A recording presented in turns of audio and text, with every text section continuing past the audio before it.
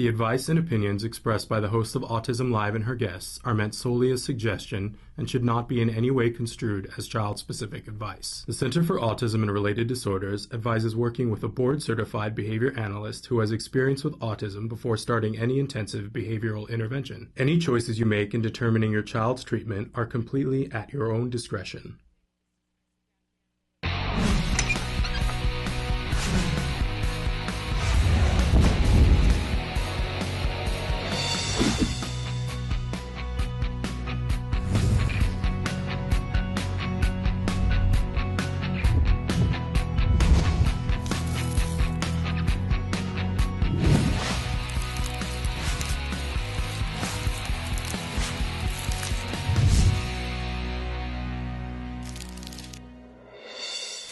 Good morning and welcome to Autism Live. I'm Shannon Penrod. We're webcasting to you live from the Center for Autism and Related Disorders headquarters in Tarzana, California.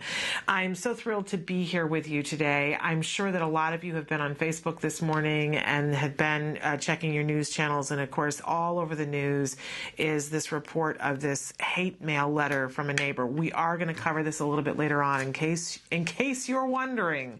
We're going to talk about this really disturbing letter that a neighbor sent to a family with a child, a 13-year-old with autism. Very disturbing, and we'll talk about that at length. So just wanted to let you know that we are going to cover that, and it is uppermost in my mind right now, as I'm sure it is in yours.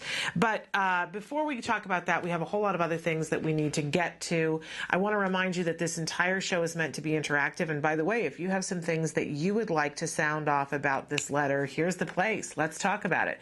There are lots of different ways for you to get in contact with us, lots of different ways that you can watch the show. Emily's going to cycle through some of the different ways on the screen. I'm going to remind you that right now the only place to watch us live is www.autism-live.com.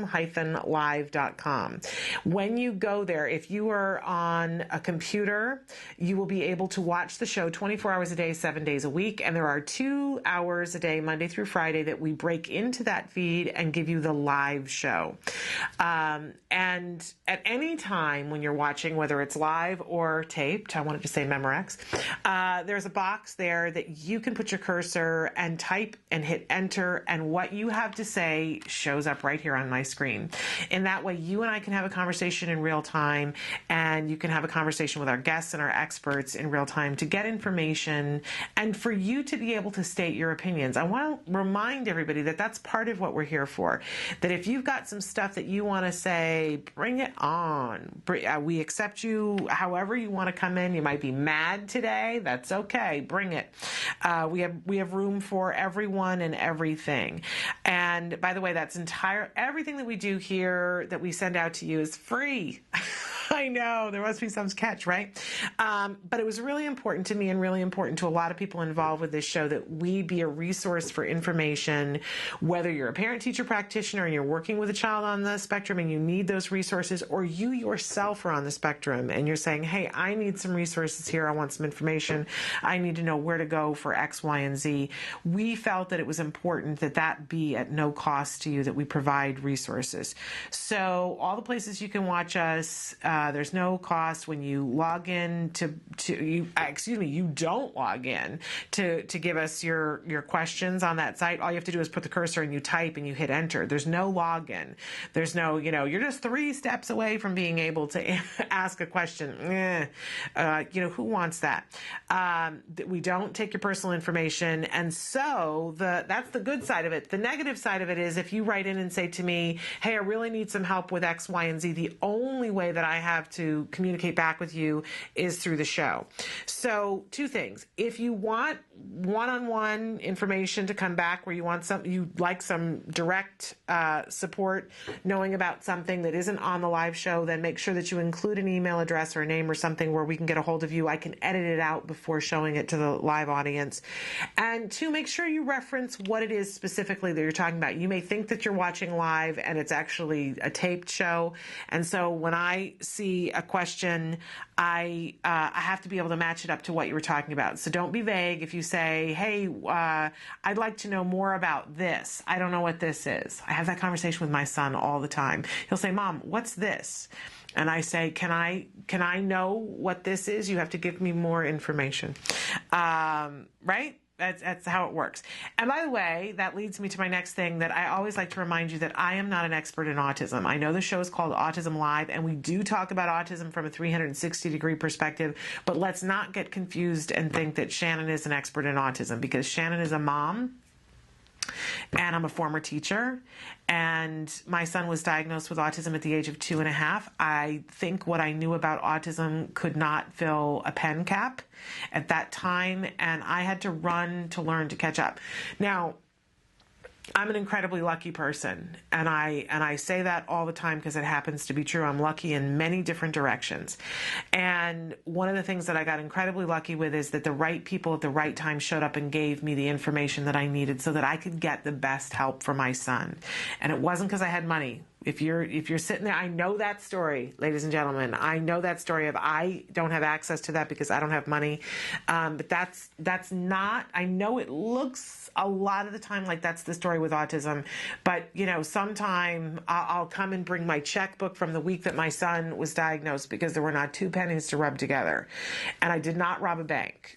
Let's be clear, right? But I got good help and good advice, and people said, well, don't do that. Go over here and talk to this person, talk to this person. There's a way that this can work out. And it is part of my journey to make sure that I pay that forward.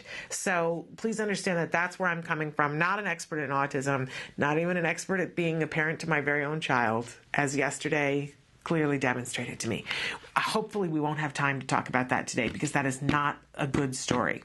In any case, I said to my husband last night, I said, well, I won't be getting the Parent of the Year award this year, will I? Because we all have those days, don't we? Just keeping it real. Okay, so in any case, though, we appreciate all your comments. I know that you know something that I don't know, and I know that you know something that somebody else out there could really benefit from. And I know that you have questions, and there's somebody out there that doesn't even know the question that you have burning in your mind that you want to ask. There's somebody out there that says, I don't even know what question to ask, that if you were to ask the question, it would help them. So my pitch here is interact with us. Don't be afraid. Step in. Nobody's going to hurt anybody. And let's hold hands together on this and do the best that we can. That's all we have to do today, is the best that we can, which is what my husband told me yesterday. You're just doing the best you can, babe. And yesterday was not a red letter day. In any case, we've got a lot of stuff going on today, not the least of which is talking about that letter. So let's get it started. Every day, we like to start out with something we call jargon of the day. This is when we take on one word, one phrase, one acronym, and we try to make sense of it within our lives today. Because a lot of times these jargon terms, they're just from left field or disconcerting, or they seem like they mean one thing when they mean another. So one of the words that we use a lot here on the show that we talk about a lot of time is having a reinforcer. We talk about reinforcement. We need reinforcements, right? We all need shoring up. We need people to come and help us with things. But in this case, when we talk about reinforcer, we're talking about something a little bit different. So let's take a look at what the actual definition of a reinforcer as it pertains to autism means. Ready for your hip boots? Okay.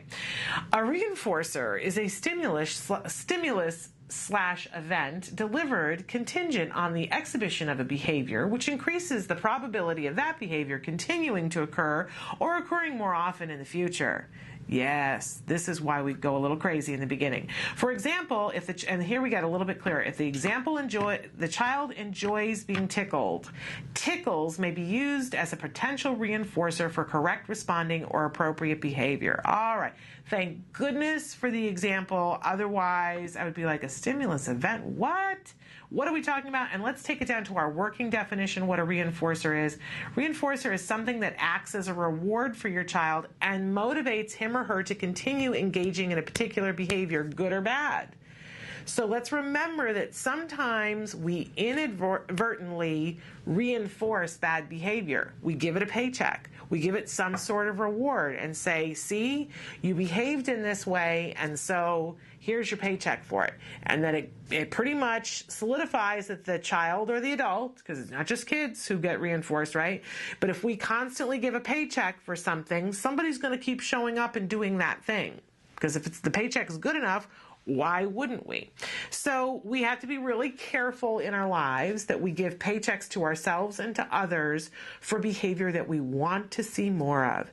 And we don't give paychecks for things we don't want to see. Now, when we first had our son diagnosed with autism, and this was explained to us, my husband and I we were like, okay, well, that makes a great deal of sense, and it just heightened our awareness. It's like a duh, right? Heightened our awareness to it. But then we started to realize, oh my goodness, I have been reinforcing this. And it's great to know it. It's another thing entirely to implement it into your life. And it is a moment-by-moment thing. It is not something that you go, well, I've got that. I can move on to other things. It is something that's worthwhile. I used to have a thing on the mirror that said, reward good behavior and ignore bad behavior. Now, that's a little simplistic, but I needed to take it down to that level for myself because sometimes my gums yap too much. I know you can't believe that because I demonstrate none of that here on the show. But when my son would do a behavior that I didn't want to see, I blah, blah, blah, blah, blah, blah, blah, blah. But my son was very driven by attention. And this was attention. So for me, the very simplistic thing, I'm not saying for everybody, was to ignore the bad behavior, to just not go there. That's not always the case, but especially we want to reward good behavior. Focus on that, right? Focus on rewarding the good behavior. And when we reward, that whatever we reward with is the reinforcer. Right? It all starts to make sense. And we always want to be finding what's reinforcing to our child. It reinforces because it means that it ups the likelihood that they're going to do that again. And when we give a good paycheck, people will show up to do that job again. Why not? They want that paycheck. And paychecks come in lots of shapes, sizes, forms. Sometimes it's just a smile. Sometimes it's a pat on the back. Sometimes it's a toy. Sometimes it's food. Sometimes it's having access to someone. I mean, a reinforcer can be all kinds of things. Right now, my son's favorite reinforcer is video game time. And I need to find some other reinforcers, which was clear yesterday anyway. I'm just in a mood today, aren't I? Okay, not winning the parenting award this week. In any case, so that's what our jargon of the day is. Let's move on to the question of the day. We always have a question for you, and our question for you today is, do you agree with your child's current inclusion status? So it may be that your child is fully included and that you you love that and you're loving your experience and that it's fabulous. It may be that your child's included and you feel like it's not working. It could be that your child is not in full inclusion and that you're really wishing and thinking that they should be. I mean, there's so many different variables on this, but we'd love to know from you, are you in agreement with your child's current inclusion status? And we'll look forward to taking a moment on Facebook a little bit later on to see how you guys are feeling about this. All right, moving on. We always have a topic of the week. Can you guess what the topic is? Yes, dun da da da. It is inclusion. You guys have been asking for this, and it is finally here. So we're talking about inclusion. We defined it yesterday, and we know that from all the things that we've heard from our experts, while it's a thing that we all want, it isn't appropriate for all of our kids in this moment in time, but it's something that we can work towards. It is so contingent, though, upon the child's abilities, the teacher's abilities, the other kids in the classroom, unfortunately, and the strategies that are going to put in place with inclusion, and then keeping tabs on it moment by moment. So we're going to continue to talk about that this week. We got a very big show for you today. Obviously, I mentioned that we're going to talk about this letter in the news. We're going to do that in a little while. But first, we have a guest who's going to be with us in just a few minutes, a really fascinating mom.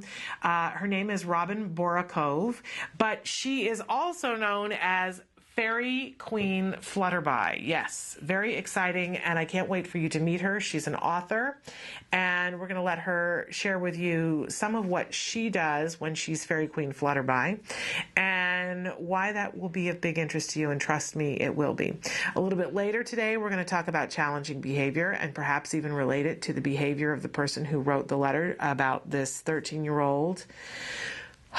Yes, it's one of those days where we just have to take a deep breath, right? If you don't know what I'm talking about, we are going to talk about it after our interview with the Fairy Queen Flutterby.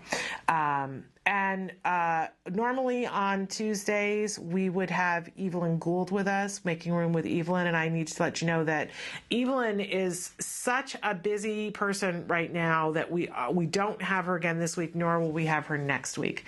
But it's not that Evelyn has gone away forever. Do not despair about that. She just, we've had to lend her to some other people. You know, it's that thing with autism. We let everybody do what they have to do in the moment, and then we reconvene, right? So Evelyn is traveling the world and getting the message out that there is help and hope, and being a little bit more direct one-on-one with some people, and that's a thing that we are glad for. And she will be back with us, I believe, in 2 weeks, so that will be thrilling to have her back. We've had a bunch of questions that have come in overnight on our live feature, and I'm hoping to get to some of those. Somebody in particular who wrote in about the story that we're going to cover about the letter, and yes, we will cover it and hopefully have a call to action for you.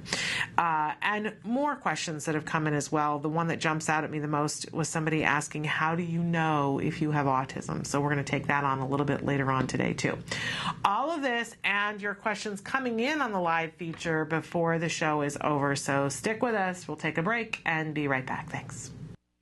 I love fairies and I love fairy tales, so I thought it would be great for us to have that experience here at school. I mean, she's just come so far with starting these ideas of having a charity, stemming from just a simple story that she, wrote about my brother and I, and something to entertain us as we were children. It's really expanded into something huge, something really positive and impacting. Live in 8:05 on the Audrey Johnson Show. I'm standing here with a powerful woman. Tell us about the book. The book is called Little Edwin's Triumph. Okay. I wrote this book for my children when they were little, actually. Okay. And then life takes over and things get lost and put into a hope chest. And one day, my sons are moving out, and my oldest, Essie's leaving and walking out the door. I said, Joshua, I'm happy you're going on your own. I'm a little worried, but my main concern is that you follow your own dreams. And he looked me in the eye and he said, why, Mom, you're not? And my dream was to become a writer and to have a charity. Yes. And now it is just about a year and 2 months after that day. I've lost almost 60 pounds. Wow. I got back to eating healthy. Wow. I pulled that book out of the hope chest, dusted it off, looked at the amazing illustrations that a young man did for me about 16 years ago at jury duty. I met him. Turns out he's now a famous artist working for people like Spielberg. Wow. And he donated the pictures, so I own them now, and I was able to get the book published. And now Little Edwin's Triumph is a published, wonderful children's story. Fairy Queen Flutterby was born. My grandfather used to say, butterfly, Flutterby, never land where you stand. And so he nicknamed me Flutterby. And when a friend of mine, when I was going through that bad time, said, why don't you dress up like a fairy queen for a birthday party for my friend? Yes. And I did, and she has evolved. Fairy Queen Flutterby. She's the queen of fairies. And she has a story to tell you all magical land. And those little kids, they're going into those doctor's offices, that's scary. It is. And if there's a book in there that they can read with their mom or dad or their caregiver, and they can get some encouragement and have bravado, then they're going to go in there with a more positive. They're not going to be so scared, and it's going to help the doctor so the doctor can communicate better, because when a child is frightened, they can't listen. But when they're feeling strong and brave, like little Edwin was when he faced that dragon, and the diabetes is their dragon. Yes, that's right. And so they need to be able to fight the dragon in their own way, and that's what it's about. Through a small-sized hole in the castle wall, a mouse named Edwin would come to call. He loved to watch the activities of all. In the evenings, folks gathered. Edwin sat at the edge of the castle square. That's when he especially loved to be there. A mutual friend introduced Robin to us. It just seemed like a natural occurrence that, you know, she's a storyteller. She was just so charismatic, just effervescent. She could maybe come and do a storytime reading, which she absolutely volunteered to do. And we're just very pleased and very blessed to have Robin come to the preschool today. We're very grateful for you. Thank you very much. In the beginning, when I started this project, and I really believed that I was only going to be Fairy Queen for about a year. She's always been good with impersonations, with imitations, with just being a character, being entertaining, being, you know, outgoing and vibrant. So she's really like funneled in that energy into this character, into this alter ego. I'm so excited. She's in full costume. She's got her storybook with her. I'm just so proud to have Robin be part of our charity group. She's really put a lot into and, you know, sacrificed a lot just to be able to, you know, convey this message to others and get her views across in a really creative way. In a healthy, wholesome, fun kid way. And it was neat to see. It was really nice to see that, yeah. But I think, you know, I secretly wanted to be Tinkerbell when I was a little girl. I think most little girls at a certain age would like to be Tinkerbell. Hi, my name is Fairy Queen Flutterby. You may have heard me reading a charming children's book called Little Edwin's Triumph by Robin Elise Borakove. Join me, Fairy Queen Flutterby, at www.littleedwinstriumph.com. Greetings, this is Fairy Queen Flutterby, founder of my charity, Little Edwin's Triumph, and I have autism. Teaching children the importance of a healthy lifestyle and literacy is not enough. After searching for my own help in the autism community, I found little support available in the U.S. The struggles autistic people face are endless, and we often are misunderstood. My goal is to create a national helpline for the autism community. This would have caring, patient individuals that would help by giving any type of information needed for day-to-day living, as well as with employment and other vital services. Creating this will be a great resource for autistic people nationwide. We accept that we are different. From the brightest to the severely challenged, everyone has something to offer. Please visit littleedwinstriumph.com for more information. Thank you so very much, and have an enchanted day.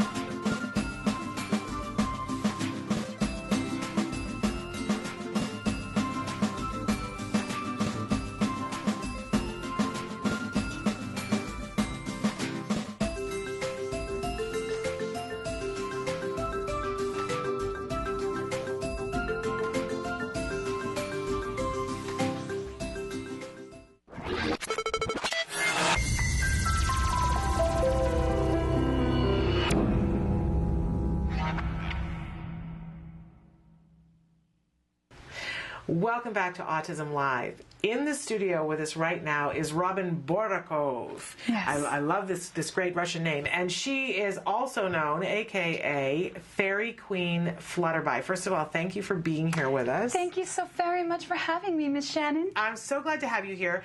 There are so many things to talk about, but we're just going to do an overview to start. You're an author. You've got 2 great books that are here. You are Fairy Queen Flutterby. And trademarked, bought and paid for. It's a wonderful thing. And you are also an adult who is on the spectrum. Yes, I am. I have Asperger syndrome. I was diagnosed at 41 years of age, and I just basically got my diagnosis authenticated and went through some testing, and they said, yep, you're an Aspie. There you go. But just keep being your fairy self, and you'll be fine. There you go. And so I say to you, you've got a lot of things going on. What's the mission? What are you trying to accomplish? Well, my main goal in all of this process is I would like to create an adult resource line for autistic adults nationwide. And I'd like it to be global eventually, but right now we'll stick with America. And my main mission right now is, once I get all of my products and everything off the ground and I get my piece of the pie, what I would like to do with my share, after my people get paid, of course, is create this adult resource line. We have a huge generation of elderly people that are caring for their middle-aged autistic children and offspring, and they're dying. And who's going to take care of this generation, which is my generation? And they get lost. So if they had something like my resource line, not only could they call and get support in a plethora of areas such as medical and schooling and life services, but we would actually learn about the person, and we'd partner them with someone so they don't have to lose the situation they're in and possibly stay right where they're living. We bring someone else in that can compensate for the person they lost.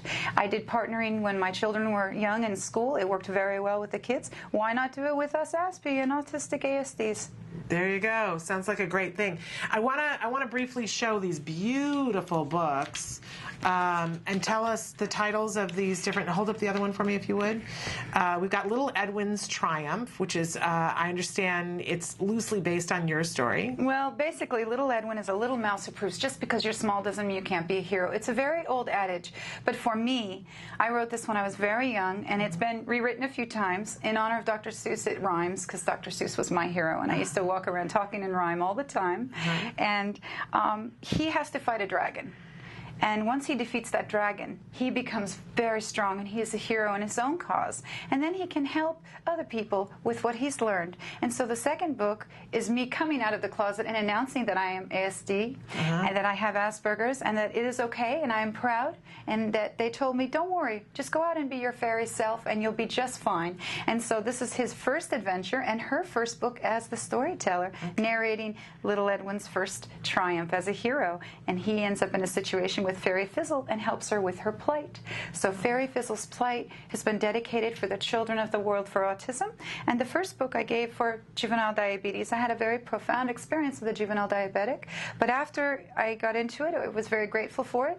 And my people said, you need to cover the autistic world because that is who you are. And how can people get these books, Robin? You can go on my website. We have a safe, secure PayPal site set up. And you can also contact me.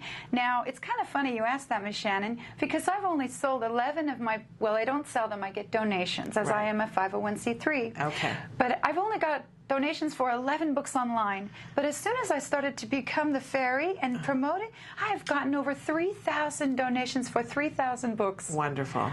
Wonderful. Love it. Now, we're going to continue to talk with Robin and talk about this mission that she's on and the books and what she does when she is Fairy Queen Flutterby.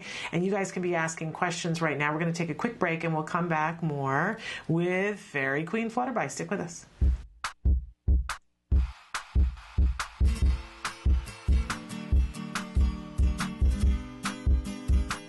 For the month of August, I figured we'd do some fun in the sun activity. We're gonna make our very own frozen bowling game. It's super fast and super easy. I was inspired by some lessons I saw in skills.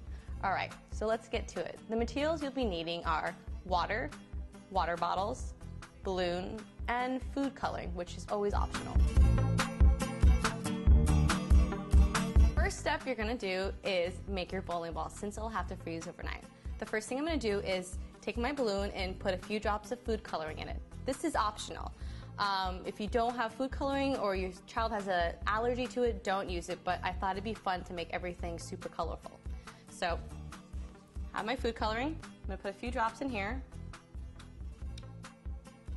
And then, take this to the sink and fill it up with water and tie a knot. Here's my balloon filled with water and the food coloring. I'm gonna take this and place it in the freezer with some towels, just so it holds its shape better. Our next step is to make the bowling pins. I have 10 recycled water bottles that I've refilled with water. Now I'm going to put some food coloring in them.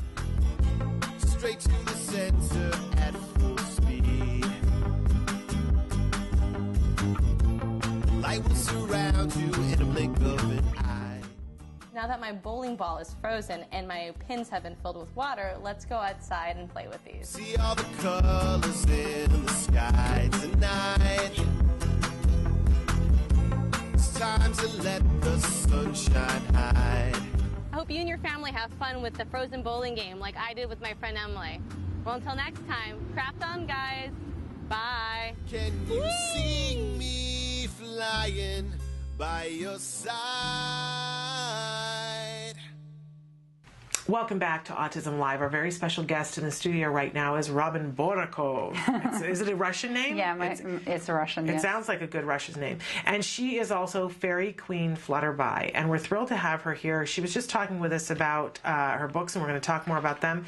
But I want to start talking about this concept of getting a diagnosis later on in life. So let's back up a little bit and talk about what made you think you might need to go and get diagnosed? Well, I spent most of my life being misdiagnosed, and I created an environment for myself that I could live very conducive to the spirit of myself. And I worked out of my home. I worked for myself. I've always had several businesses on my own and raised my children, and that was fine. And then one day, my children grow up. They move away. I lose my career of years. My last career was in massage and physical therapy, which I was really good at, and I did quite well, but physically I wasn't able to continue. So I went out into the world to try to find another job. Almost 2 years later, over 200 applications and over 75 interviews. Nobody wanted me. So I went home and decided to eat ice cream for breakfast, lunch, and dinner and put on a good 100 pounds and stayed in bed. Wow. Not me at all. My husband was tired of it. My family was tired of it. So my oldest son says to me, you know, Mom, you're so worried about us not living our dreams. You're not living yours. And he was right. My dream was to be a writer, and my grandmother always said I had a philanthropist heart. I know I'm not a billionaire, but one day I hope to be able to be in that category, to be a true philanthropist. And I pulled the first book out of the hope chest that was already illustrated by a wonderful young man. He was a student at the time. Now he is famous for doing promotional artwork for Harry Potter and Steven Spielberg's Dreamcast and many other projects he's on, doing quite well. And I contacted him and said, I really need to own the book to create my charity with it. And he's like, no problem, but the next one will cost you, hence why we got a ghost artist. but I'm still struggling and really out of place. And my husband reads this wonderful book by Tony Attwood called, you know, yes. And so he has me read it. And I am in tears. And I said, he said, someone has been following you around for 40 years, honey, and they wrote a book about you. Wow. So that's when I went and found a doctor who gave me this diagnosis. And he said, he did blood work, and he did a lot of questionnaire and everything. And it wasn't as detailed as one that I just had went through recently. But he said, don't worry, you're not any of those things. You're not schizo. You're not ADD. You're not hypermanic. What happens to you is when you're not sleeping right, when your sensories are overloaded, you display symptoms of these other things. But when you're sleeping good, because you've told me, when I sleep good, my diet is good, I'm exercising, it's my litmus test. Right. I wake up, I have good energy, everything flows very nicely. But when I show those other things, you know, you get treated like you're a crazy person. Well, of course you're going to. So now he's explained to me tools that I've always possessed that I didn't realize to help me overcome my sensory overload issues. Okay. And so I have a heightened taste and smell. It's so embarrassing when you're a little kid and you're in class and you're the only one in the classroom going because you smell the dog poo on someone's shoe. So you get nicknames. So upper lip was one of them. You know, or you're very sensitive when you sit, so you're the princess in the pea. And then what I found out, all my life, everyone is, shut up, you talk too much, be quiet. You know, turns out my voice soothes me. It soothes my fear. It soothes that fright and flight kind of, you know. So I talk a lot when I'm happy. I talk a lot when I'm scared. I talk a lot when I'm excited. I talk a lot all the time. And so for me, storytelling is perfect. Right. So I have the gift of gab, and my doctor said, you go out and you do that, and it was suggested by a friend that I should create this character. And at 2 years of age, my grandfather said, butterfly, flutterby, never land where you stand. And so when she said Fairy Queen, I said, Fairy Queen Flutterby. And it was fabulous, very fabulous.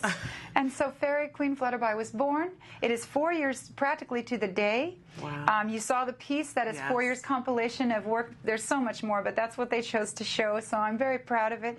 And I have many people coming into my world of light cloth. I went to my first autism conference and got introduced to a fabulous bunch of people. Jennifer O'Toole, Dr. Rick Ellis, Larry Moody, people on the spectrum, off the spectrum, all for the same, all advocates for us. And they said, you know what, you're going to be okay, because I was floundering, and that's why I came up with the idea for the resource line. So if you're out there and you're being told by your doctor that you're this and you're that and they're shoving pills down your throat, If it's not working for you, stop taking them. Yeah. Go outside of the box.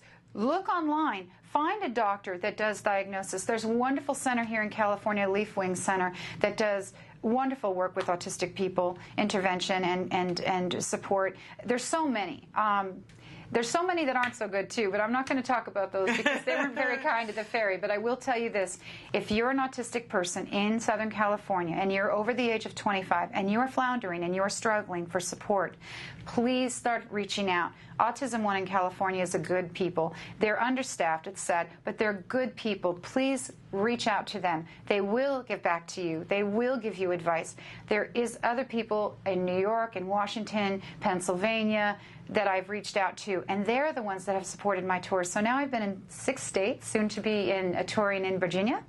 Very excited about that. Then we're touring New York, and then I get to go to the UK, and the BBC is very interested in doing my story because hard to find someone in America that wants to do my story. I was going to be on KTLA a few times, but what happens is I get bumped for people like Justin Bieber and Lady Gaga. Well, not on our show. We don't bump for people like that. We're thrilled to have you here and telling your story because I think it's an important one to know. I want to just go back over some of the symptoms that you displayed that ended up with a diagnosis. So wanting to be self-soothed by talking a lot. You said you had a lot of sensory issues. Yes, I absolutely do. And the biggest thing is running. Just when I'm in a certain way, it's like flight.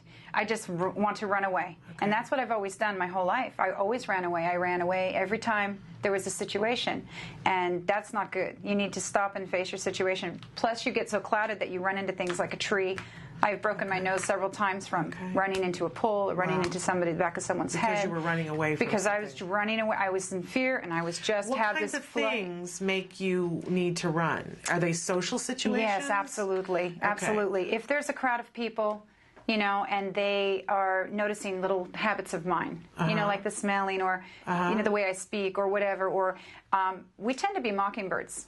You know, I especially, I copy people and I take on accents and things like this, and I don't mean to do it, but when you point it out to me in a derogatory way, or when you tell me to shut up in a nasty way, I immediately, and I want to bail.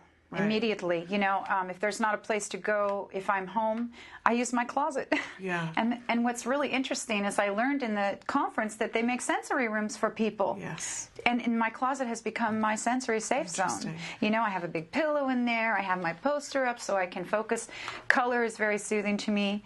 But other qualities like the fact that when people are very, you know, in Southern California especially, we have a lot of people that are very superficial. They're not real. Right. Everything to me has to be fair. I have to understand everything. Yeah. And these kinds of things really put me in trouble. And then with the charity, when I started, what was the problem is people will tell you things.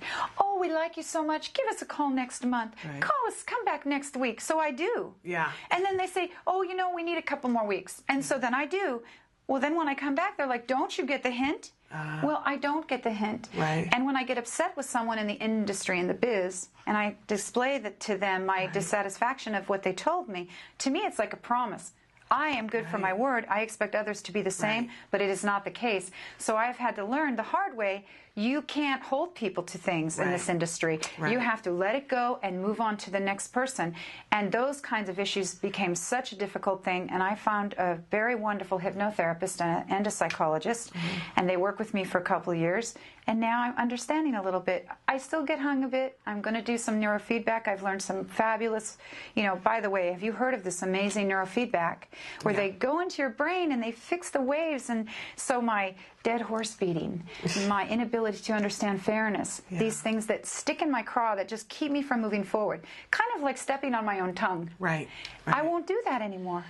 Well, I have to say, you know, you seem like you're doing really well. I don't think the average person would meet you. I mean, I'm sitting here with you, and that's why I asked you, what are the things? Because and it's frustrating. You're very social. You can't judge a book by its cover. Right. I am eye contact opposite of most Aspie.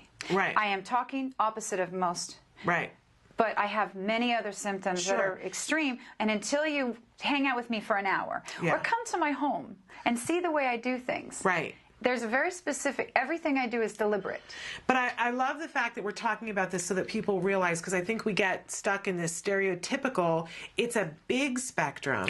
Einstein, Hugh Laurie, there's a plethora of very famous people that have Asperger's Absolutely. syndrome. And important that, especially with the new diagnostic criteria, it doesn't, while they've gotten rid of the term Asperger's, it doesn't leave out for people who have other aspects that aren't the most known, like yourself, and the ability, like you might be totally able to be social and make eye contact, but like you said, if we hung around for an hour, if I came to your home, I would see your coping mechanisms. Exactly right. Exactly. Or my non-coping, depending on the environment, sure. the temperature of the environment. But it seems clear to me that you have spent a lot of time finding ways to cope. You know what's so interesting is people like me, we're really brilliant people, and unless it's said in the right way, our brilliance doesn't shine.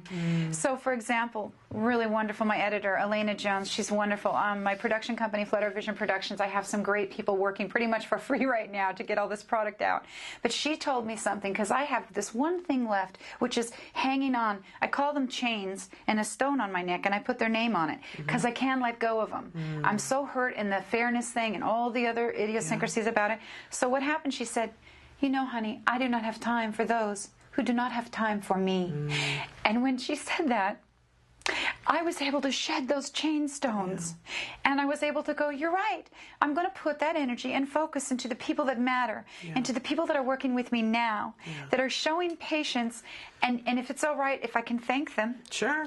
I want to thank all of you wonderful people who believe in fairies. See, this is my definition, Shannon, of a fairy. A fairy is someone who works very hard every day. They go out and they do their best and they collect that little paycheck. Then they come home and they keep working and they don't collect a paycheck. They are the pillars of our community. They're the strength when our system has failed us. And these are the fairies that they do not wear their wings on their back. They wear their wings on their heart. And my mother and father, I love them so much. They've been so supportive, and my brothers, and I love them, and I'm saying hi to you guys.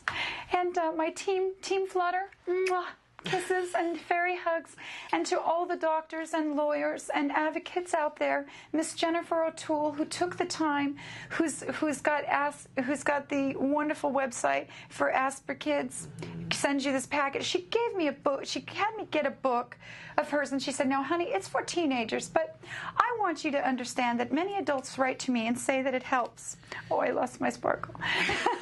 You did not lose your sparkle. I'm going to give you my sparkle. I love That's a very special one. All right, thank you. It's The Power of Fairy Tree Green. Okay. And Miss O'Toole said, you read this book, and I learned right away, you don't trust anybody that hasn't earned your trust. Simple things. Not all of us are born with common sense. Not all of us were getting it right at the start. So it's a learned behavior. So don't be afraid to reach out of your comfort zone. Look for that person that can be supportive. All of you out there, if any of you were to write to my website or write to me at fairyqueenflutterby@gmail.com and you ask me a question, I might not know the answer, but I know a lot of people that will help you find that answer. And as long as everybody is in the same, we are all in this together. That's what I always say. From the brightest to the most severely challenged, we all have something to offer. Absolutely. Well, I think you're remarkable. I think these books are absolutely beautiful. I can't wait to give you the novel. Just think, I have a novel coming, and a comic book, and a children's television series, and everything. You've got a lot of energy. Superheroes, and I'd like to have some of your energy. I would love I'm to going to take give it from to the. you. I'm going to take it from the little sparkle you gave me. And those are the good ones. So those are Swarovskis. Okay. Oh, wow. Yeah. Okay. So I want to make sure that everybody knows how to get in touch with you, and if they want to have Fairy Queen Flutterby come to an event, that's a possibility, right? Absolutely. And now I have Ayla Fox, my new actress model spokesperson. So now we have two fairies, so we can display all the characters properly. If you're really interested in contacting us for an event, if you have a question, if you need to be hooked up with somebody in this that's an advocate, you just write fairyqueenflutterby@gmail.com. Okay. We have 2 wonderful websites. littleedwinstriumph.com will lead you to the rest. It tells a story of all what we do. We have many wonderful people working with us. And remember, we're all in this together. That's right. That's right. I always say that. Robin, thank you so much for coming in. Thank you and very bringing your much. fairy juju with you. We needed some fairy juju this morning. Can I do my send-off? Do your send-off. Thank you so very much, and have an enchanted day. Love it. All right, we'll be back with more Autism Live after these messages. Currently, in the United States, 1 in 88 children is affected by autism. 1 in 88 means something different when your child is the one. Recovery is possible.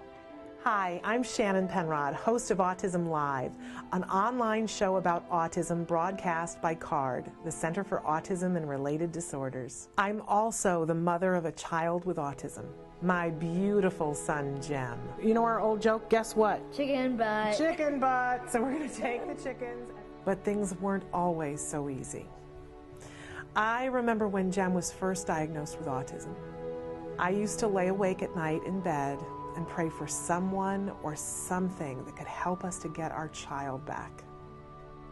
My prayers were answered by Dr. Doreen Grampichet and the Center for Autism and Related Disorders. CARD treats autism and other related disorders using the principles of ABA, Applied Behavior Analysis, which is the only scientifically proven effective treatment for autism. It is also recommended by the American Academy of Pediatrics and the U.S. Surgeon General. About a year after we started treatment with CARD, we were able to see tremendous improvement, and we got our child back. What grade are you in? Second. You are a smart cookie, huh? Mm-hmm. Do you like school? Yeah. Do you have any good friends? Yeah, Oscar. Oscar is your best friend? Yeah. And my child is just one of thousands to benefit from CARD ABA therapy.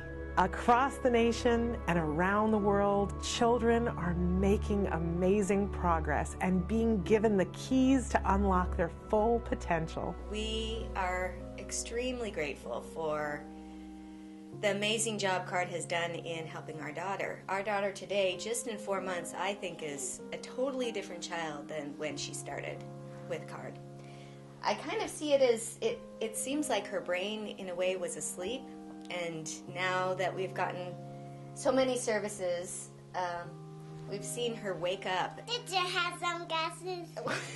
Recovery is possible if you take the right steps, if you're willing to put in all the hard work. And 7.5 years, yeah, it's a lot of work. It's worth every little bit, and CARD's been there with us every step of the way. I have 2 children with autism. I can't imagine a day without CARD or the therapists.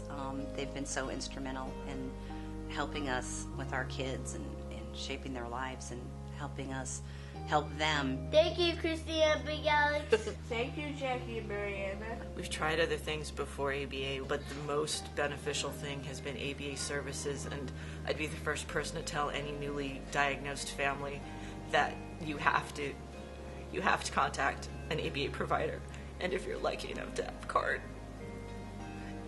you're very blessed. Recovery from autism is absolutely a possibility. We've been recovering children for over 20 years. It's just a matter of identifying the child's medical needs, understanding the child's sensory issues, and then teaching the child all of the skills they need in order to function normally. We know there's hope for autism. Autism is treatable, and recovery from autism is possible.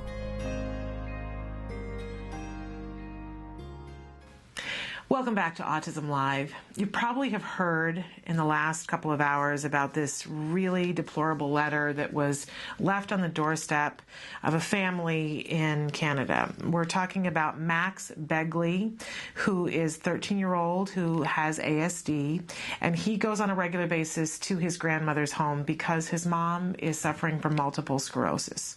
This is a family that's got a lot of issues and that is soldiering on through it. And unfortunately, there is a neighbor, and we don't know who the neighbor is at this time, who left a letter on Max's grandmother's doorstep. And they signed it, "One Pissed Off Mother." I'm not going to read the whole letter, although you can read it everywhere online. I'm going to hit a few points on it, though. This is a really upsetting letter. One of the things she said is, you have a kid that is mentally handicapped, and you consciously decided that it would be a good idea to live in close proximity neighborhood like this. You selfishly put your kid outside every day and let him be nothing but a nuisance and a problem to everyone else with that noise-polluting wailing he constantly makes.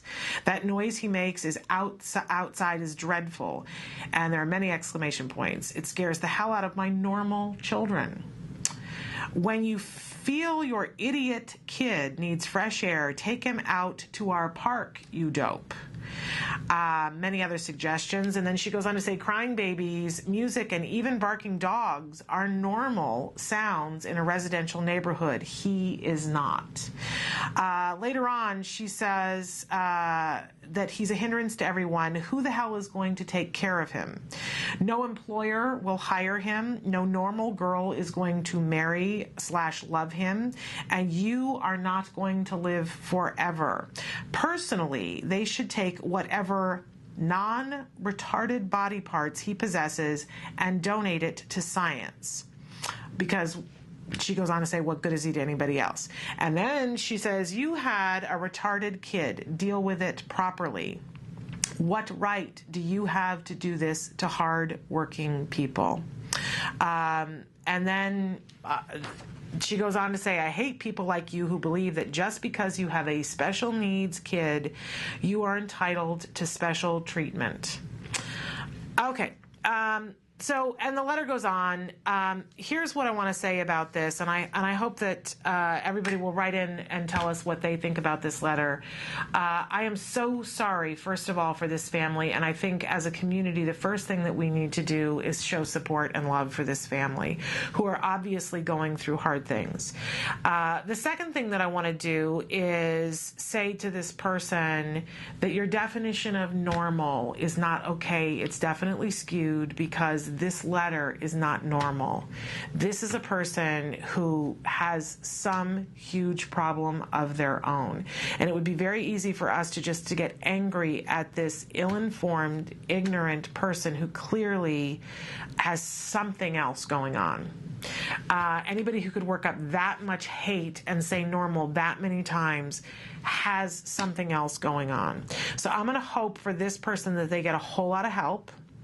And in the meantime, I'm going to encourage all of us to put our energy into the situation that we know we can make a difference, which is to support this family.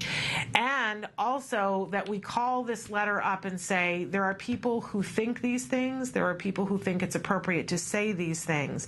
And it's just another reason why we need to up our game in terms of autism awareness. That she thinks that she is entitled in any way, shape, or form with her normal children to a quiet neighborhood is shocking and inappropriate. None of us are entitled to anything other than to be respectful of other people and what they have going on. So I do put it out there. She's got something else going on, this person, because no one could write this kind of hate letter and be in a good place. I'll pray for you, but let's all send our messages to the Bagley family and to Max and to his mom and his dad and his grandmother for being the wonderful people that they are and showing up and being in each other's lives. We're going to take a break, and we'll come back with more Autism Live after these messages. The Center for Autism and Related Disorders strives to make autism treatment a reality for all children. We're happy to announce the opening of our newest treatment center in Thousand Oaks, California.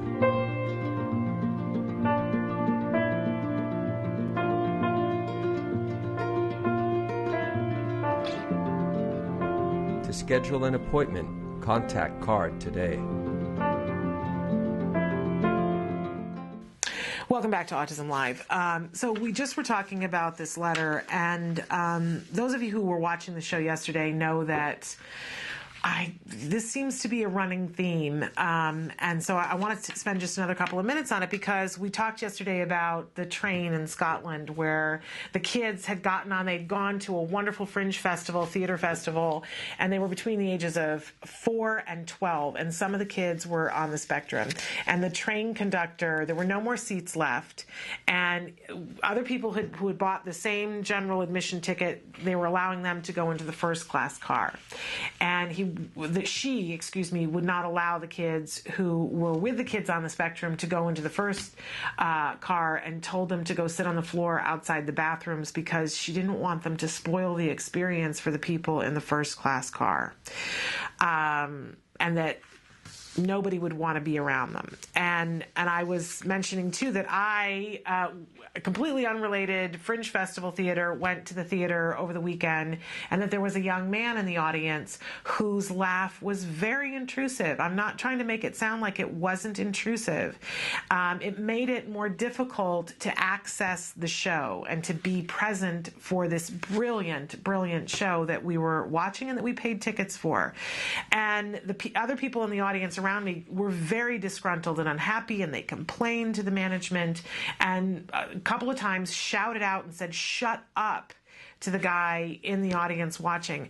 And it really brings home to me. And then on top of that, reading this woman's letter about you don't have the right to be in the normal neighborhood, I do wonder sometimes at people's feeling of entitlement. I would say to you that I understand because I used to live in that neighborhood, not this neighborhood, but in the neighborhood of thinking, this is the way life is, this is the way it's supposed to be, this is the way things work, and I'm just going about my day and not worrying about anything other than those things. And it isn't until you have something visited upon you that you realize the craziness of feeling entitled to peace and quiet, of feeling entitled to a neighborhood where everybody has to be exactly like you, or follow the social rules that you think that are appropriate. Years ago, I walked into a grocery store and I was having a particularly rough day with my child, who was 3 years old and recently had been diagnosed with autism, and he was having a bad day. I mean, a bad day, and I had bruises, I had bite marks on me. He had tried to injure himself, and I'd had to stop him twice earlier that day from injuring himself, and I needed groceries. And I went to the grocery store, and he had a lot that was going on. He was stimming, and his hands were going, and I tried to have him sit in the cart. That wasn't working. He kept getting out of the cart, and I was having to hold him and try to put the seatbelt back on him in the cart. It was really rough going.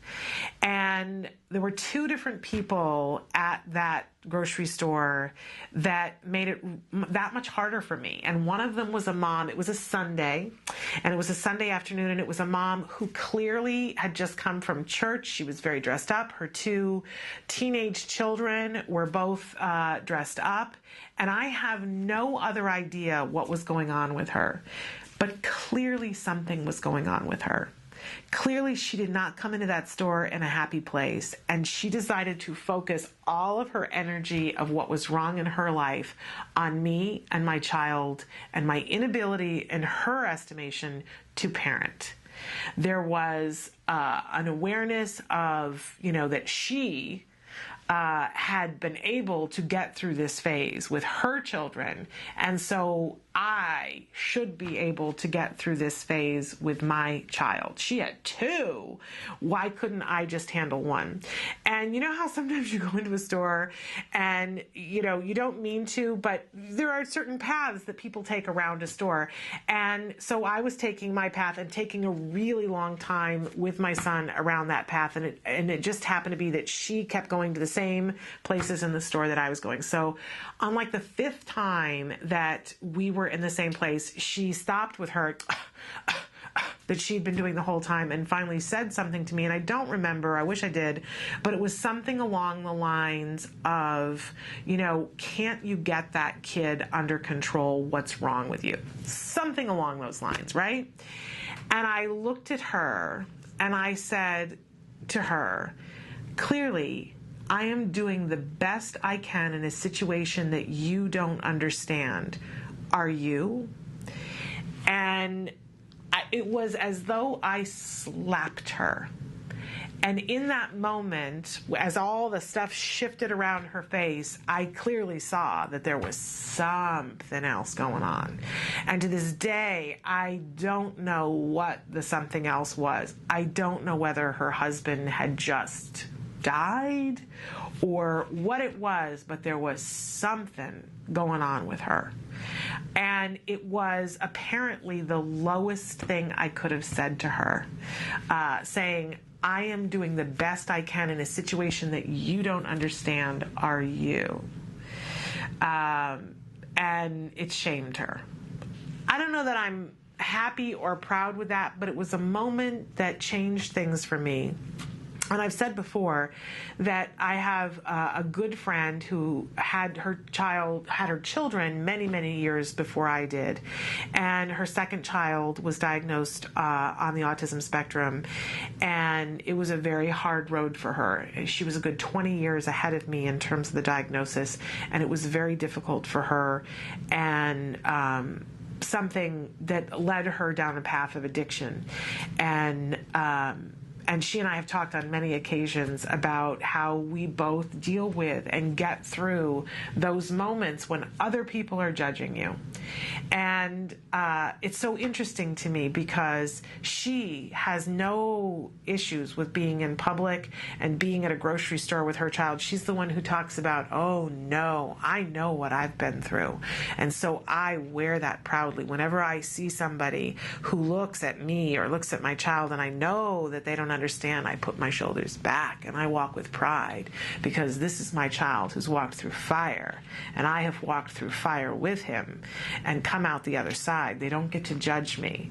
There are other things that are harder for her than, facing the school, which, for me is not easy, but that is easier for me than dealing with this woman's judgment in the grocery store. I say these things because I think we all have that moment where we feel judged at some point.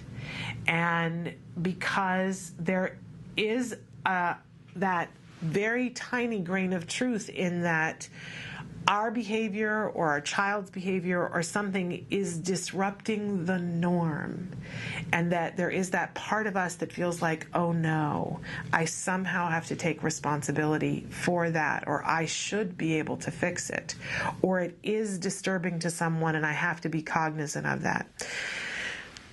But this is disturbing. This letter that this woman wrote, she's disturbing the peace too. She's equally guilty of that, and horribly so. Clearly there's something else going wrong with her.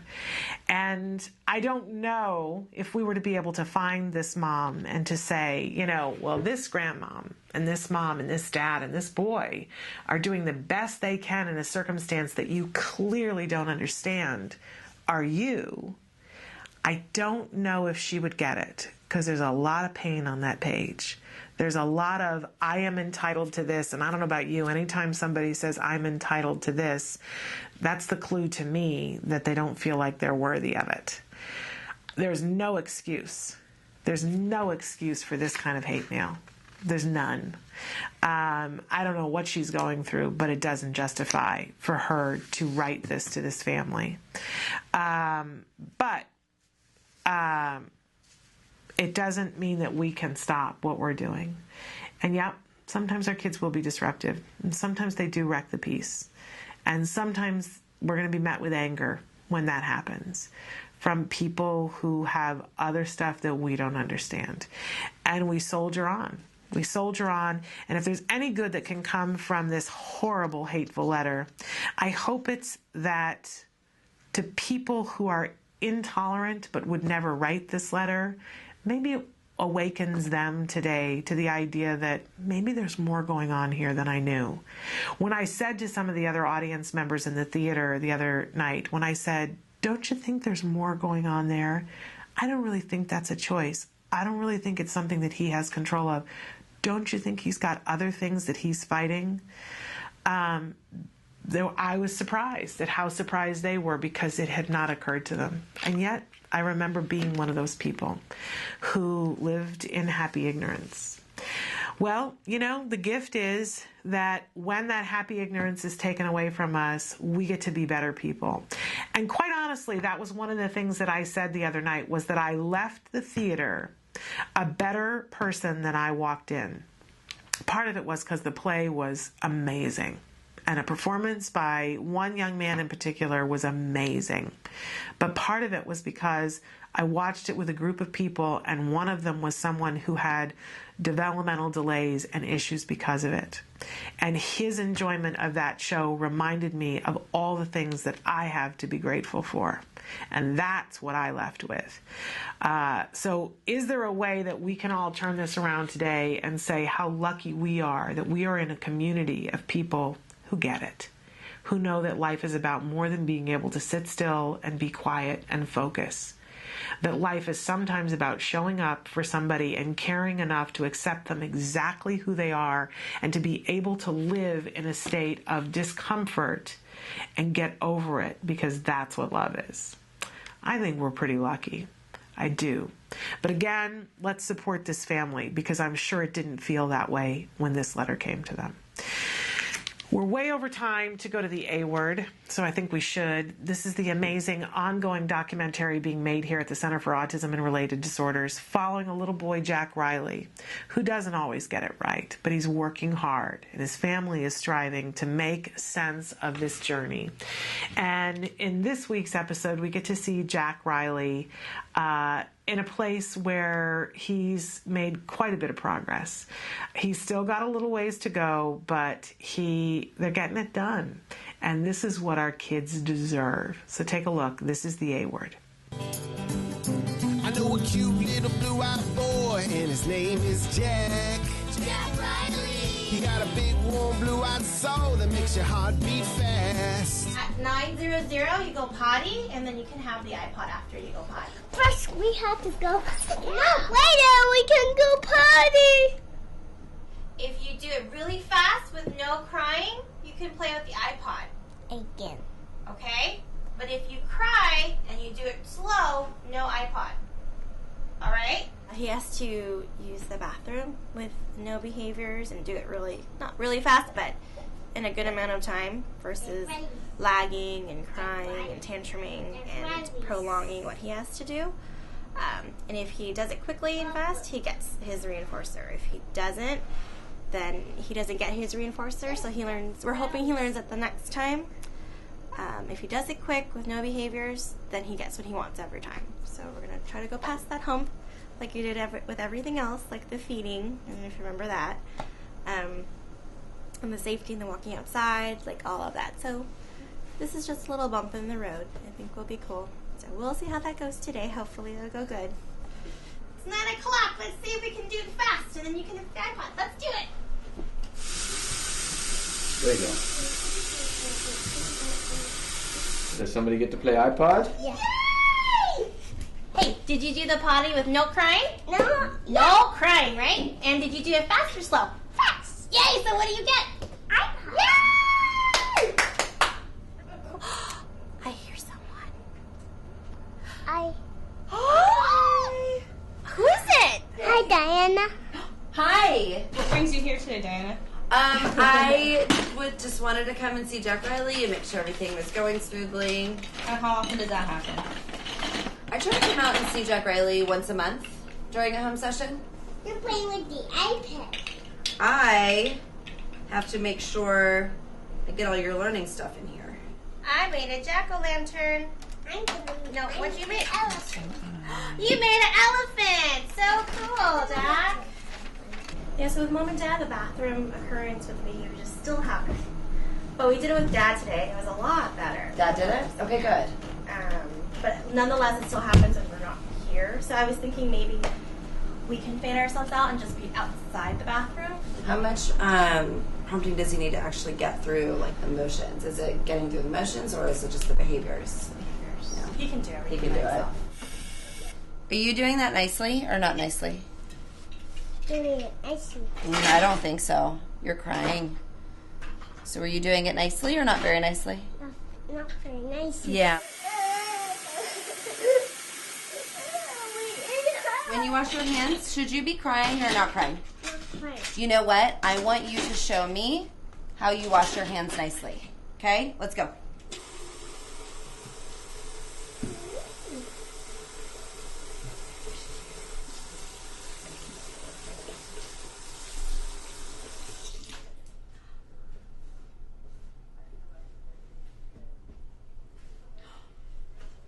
That was so much better. Jack Riley, that was awesome. That was so good. Do you want to go sit down? Yeah. Okay. No crying when you're going potty. Okay? Are we going to work on it? Yeah. Yeah. Okay, good. That's it. I know, that's the point. That's the point. Again? So let's play with that. So let's take videos of him going potty. Well, it'll kind of be a baseline. So if he cries, if he gets upset, review the video with him afterwards. And then talk to him about if it was nicely or not nicely, and then try again. Okay. And we can keep reviewing the videos. Welcome back. So that is the A word, and I encourage you to watch this really amazing show and use the show in whatever way best suits you. There's the YouTube page that you can go to, and you can subscribe to it, so that you can be notified when new episodes are up. But you can also drop in and watch in the beginning, and then go watch 3 years down the road and see what happens. We have not covered to the end of the series yet, and you can also put in a keyword search and find, how they worked on, the different things that they worked on. It is not all encompassing. I want you to realize that when they do the A word, they go in and film, like in the beginning they were filming once a week, and now I think it's more like once every 2 to 3 weeks. So you don't get to see everything that happens. It's kind of like time-lapse photography, where you take a snapshot here and then you take a snapshot here and you take a snapshot there to get an idea of what's happening. And I think that that's useful. We don't have time to sit and watch somebody else's entire experience going through an intensive ABA program. But you get a really good flavor for what it's like. And having been through it, I can attest to that and say, boy, it's really, it hits home. It really reminds me of the experience that we had. So I encourage you to watch, and even as I say that, if you saw the face that I was making, I was sort of self-editing, because it does remind me exactly of our experience, and not just because some of the things are the same. Like Jessica was one of our therapists for a period of time, not a long period of time, but we did have that therapist. So there are a lot of things that certainly remind me of our son and I, but I can attest to the fact that it's very accurate.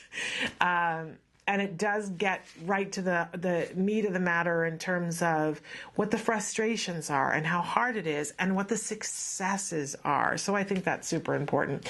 And it gives you ideas too. I watched this one yesterday and I thought, I'm just not using the videotaping enough.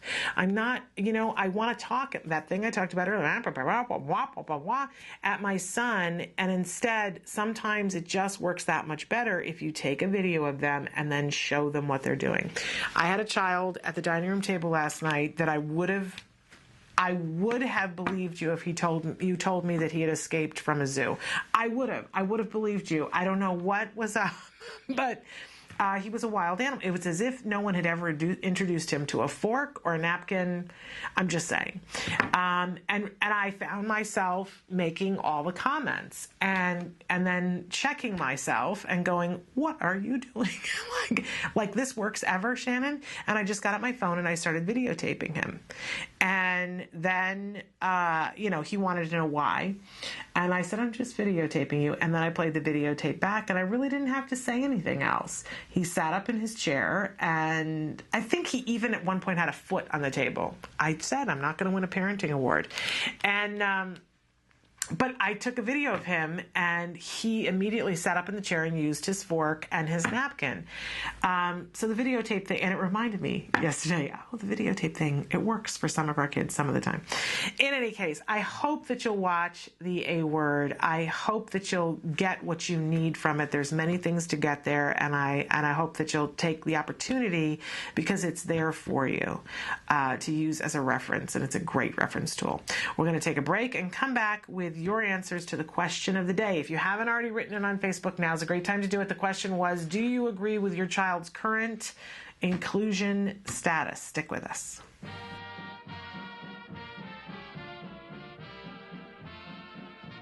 We are here at Dodger Stadium. We happen to be here on Autism Awareness Day.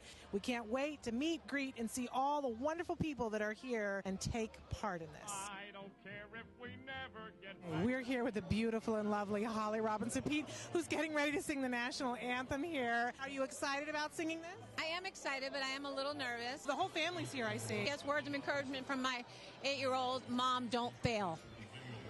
We are here with the fabulous, funny, and talented George Lopez. And you're throwing out what? I'm throwing out the first pitch, and Holly is singing, so it's a good night.